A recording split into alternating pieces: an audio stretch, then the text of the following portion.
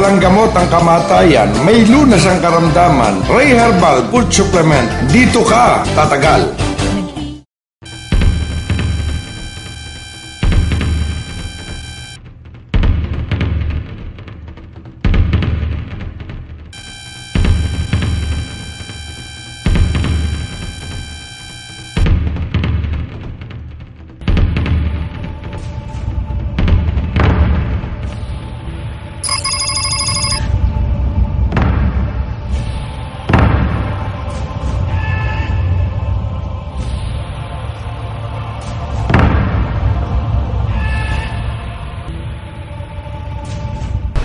Ayan na, may history po ba sa pamilya niyo ng diabetes? Mayroon. Ewan ko, basta tatlong kapatid ko nang namatay.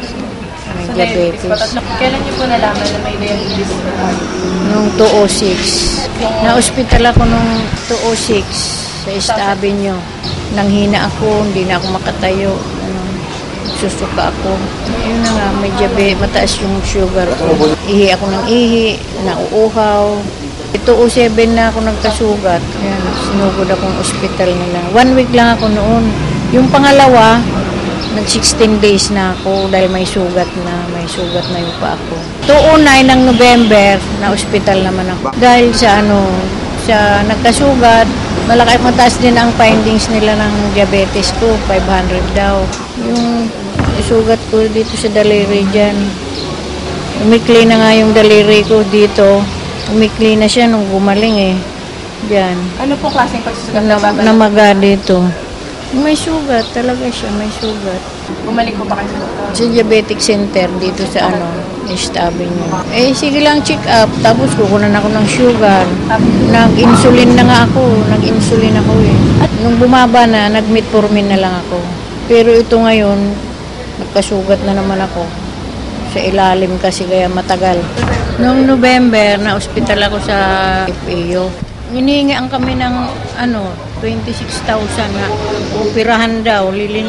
Naku, sabi namin wala kami 26,000. Hindi pa namin malalaman kung pagkatapos ng operasyon magkano ang sisingilin.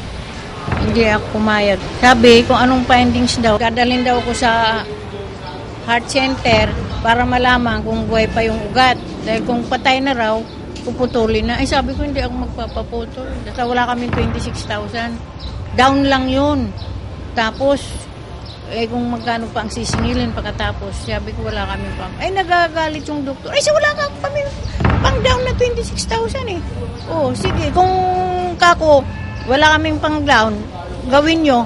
Di maghahagilap kami pag natapos. Wala naman nangyari. 16 days kami, 15 days kami. Lalo lang, dumami ang sugat ko nung lumabas na kami. Kasi, linagyan niya ng pinuno ng bandage. Pag punong-puno na ng nana, hindi naman nila pinapalitan. Bubuhusan lang ng dextrose. Tapos, lalagyan na naman ng bandage. Bili ng gasa. Kadami-daming gasang inaano dyan. Wala naman. Nung lumabas kami, ang dami ng sugat. Isa lang ang sugat nung pumasok kami. Yung sa ilalim, ngayon dumami. Doon sa ospital, nakwentuhan na kami na manood kayo ng mayroon dyan si Bintulpong. Napanood namin. Ngayon, pumunta kami sa papaan po kami nitong diabetes.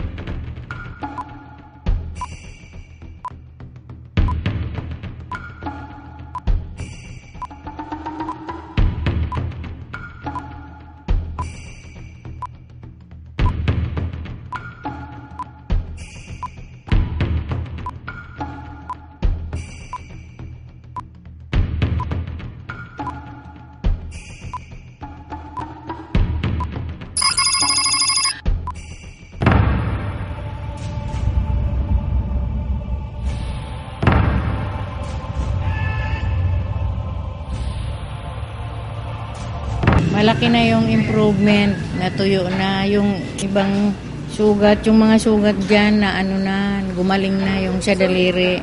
Malaki ang naitulong ng herbal. Kasi nung una, dapat puputulin ito sa ospital. Hindi ko pinaputol. May nagsabi sa amin na itong araw, herbal, magaling daw sa may diabetes. Kaya napunta kami rito. Nakakapagluto na ako. Doon, kaikot-ikot na ako sa bahay. Hindi nga ako lumalakad ng malayo. Wala ako sa loob ng bahay namin. 4 months hindi ako lumabas ng bahay. Pero ngayon, nakakalabas na ako ng bahay. Katulad nga ngayon, mag-isa na lang ako nagpunta. Wala na akong anong kasama. Dahil sa herbal ni Mr. Herrera, baka tuloy-tuloy nang gumaling. May awa ang Diyos.